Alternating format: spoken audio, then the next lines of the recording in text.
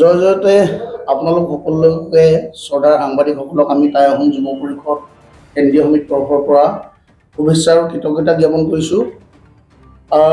আমি যোৱাকালি লখিমপুৰ জিলাৰ সাহিত্য সভা ভৱনত কেন্দ্ৰীয় বৰ্ধিত কাৰ্যনিৰ্বাহক সভা কিছুমান সিদ্ধান্ত গ্ৰহণ কৰোঁ। আপোনালোকৰ মাধ্যমৰ যোগেদি এই প্ৰস্তাৱৰ সিদ্ধান্তসমূহ অসমবাসী ৰাইজলৈ আমি প্ৰেৰণ কৰিব বিচাৰিছোঁ। টাই আহোম যুৱ পৰিষদৰ এইবাৰ 19তম প্ৰতিষ্ঠা দিৱস হ'বলৈ গৈ আছে। এই 29তম প্ৰতিষ্ঠা দিৱসটি আমি এইবাৰ নাজিৰা মহকুমাত অনুষ্ঠিত কৰিম আৰু লগতে টাই আহোম জনগোষ্ঠীৰ এটা পৰম্পৰা অনুষ্ঠান যিটো আমি ৰিকখন মুংখন বুলি কওঁ, এই অনুষ্ঠানটি এইবাৰ আমি তিনিচুকীয়া জিলাৰ ডিগবৈত অনুষ্ঠিত কৰিম।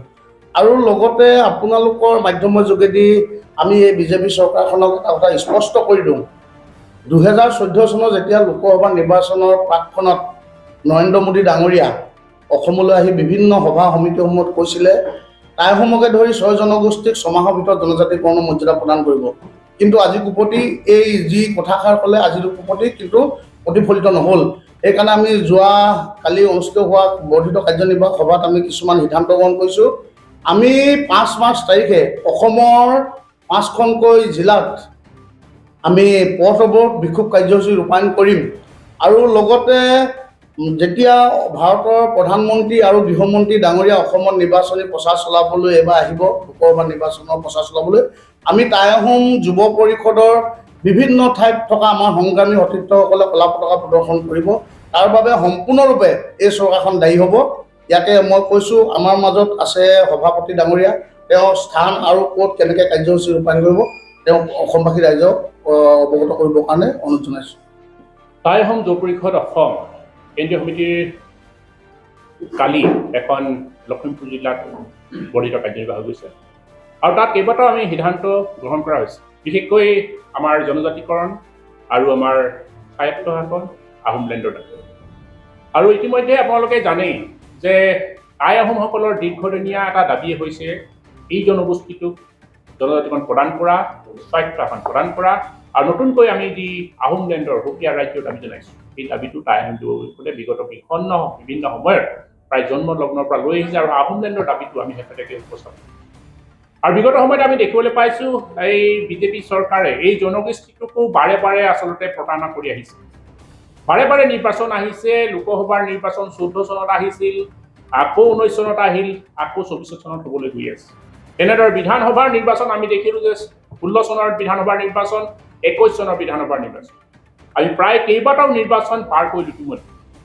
আৰু এই বিজেপি চৰকাৰেই আমি দেখিবলৈ পাইছোঁ যে যোৱাটো প্ৰায় 14 চনতে সেই সময়ত নৰেন্দ্ৰ মোদী ডাঙৰীয়া আহি অসমত ঘোষণা কৰিছিল যে 6 মাহৰ ভিতৰত টাই আহোমসকলক জনজাতিকৰণ প্ৰদান কৰা হ'ব, যদিহে তেওঁলোকৰ কেন্দ্ৰত তেওঁলোকৰ চৰকাৰ হয়।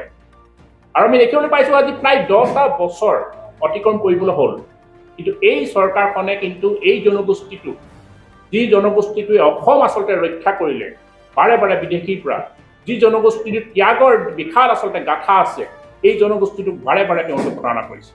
আৰু সেইকাৰণে এই জনগোষ্ঠীটোৱে সম্পূৰ্ণৰূপে আজি এই বিজেপি চৰকাৰৰ ওপৰত, নৰেন্দ্ৰ মোদী ডাঙৰীয়াৰ ওপৰত, হিমন্ত বিশ্বৰ ওপৰত ক্ষুণ্ণ হৈ পৰিছে।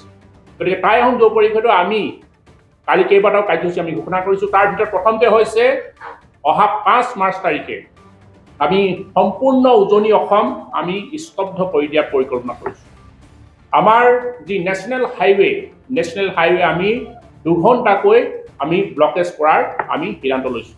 প্ৰথমটো আমাৰ ব্লকেজ হ'ব শিৱসাগৰৰ পৰা যি আমাৰ যোৰহাটৰ ৰাস্তা নেশ্যনেল হাইৱে, তাত আমি ব্লকেজ কৰিম। আৰু 2 নম্বৰ হৈছে আপোনাৰ ডিব্ৰুগড়ৰ পৰা যিটো শিৱসাগৰৰ পৰা গৈ ডিব্ৰুগড় যিটো মৰাণ ৰাস্তা, মৰাণৰ মাজত আমি ব্লকেজ হ'ব। আৰু 3 নম্বৰটো হ'ব ডিব্ৰুগড়ৰ পৰা তিনিচুকীয়াৰ যিটো ৰাস্তা, তাত এটা ব্লকেজ হ'ব। আৰু 4 নম্বৰটো হৈছে আমাৰ ধেমাজিৰ পৰা লখিমপুৰৰ যিটো ৰাস্তা হাইৱে, নেশ্যনেল হাইৱে, তাত আমাৰ ব্লকেজ কৰা হ'ব। একেদিনাই আমি 4 ঠাইত কিন্তু 2 ঘণ্টাকৈ আমি ব্লকেজ কৰা হ'ব।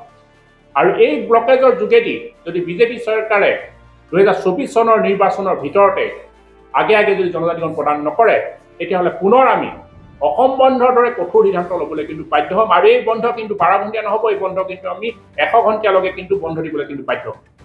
আৰু দ্বিতীয় কথাটো হ'ল নৰেন্দ্ৰ মোদীৰ এই মিছলীয়া যি প্ৰধানমন্ত্ৰী নৰেন্দ্ৰ মোদী, আগন্তুক দিনত তেওঁ বাৰে বাৰে আকৌ অসমলৈ আহিব, বাৰে বাৰে নতুন প্ৰতিশ্ৰুতি তেওঁ প্ৰদান কৰিব।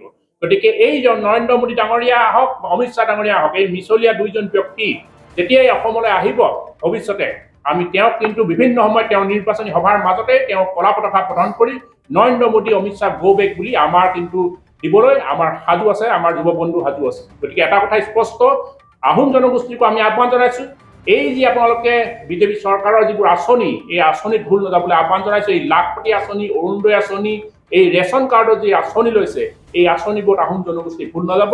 আৰু আমাৰ মূল যি দাবী এই দাবীৰ ওপৰত আপোনালোকে সহযোগিতা কৰক, আমাৰ লগত আন্দোলনৰ অংশগ্ৰহণ কৰক। আৰু আশা কৰিছো এই চৰকাৰক এইবাৰ আমি সমূলাংশে যদি বাৰে বাৰে প্ৰতাৰণা কৰি থাকে এইবাৰ আমি এই লোকসভা নিৰ্বাচনতে হৰুৱাবলৈ কিন্তু আমি বদ্ধপৰিকৰ হ'ম। গতিকে আহোম ৰাইজক মই আহ্বান জনাইছো যে এই চৰকাৰখনৰ ভৱিষ্যতে এই লোকসভা নিৰ্বাচনত আপোনালোকে কিন্তু ভোট নিদিব। ধন্যবাদ।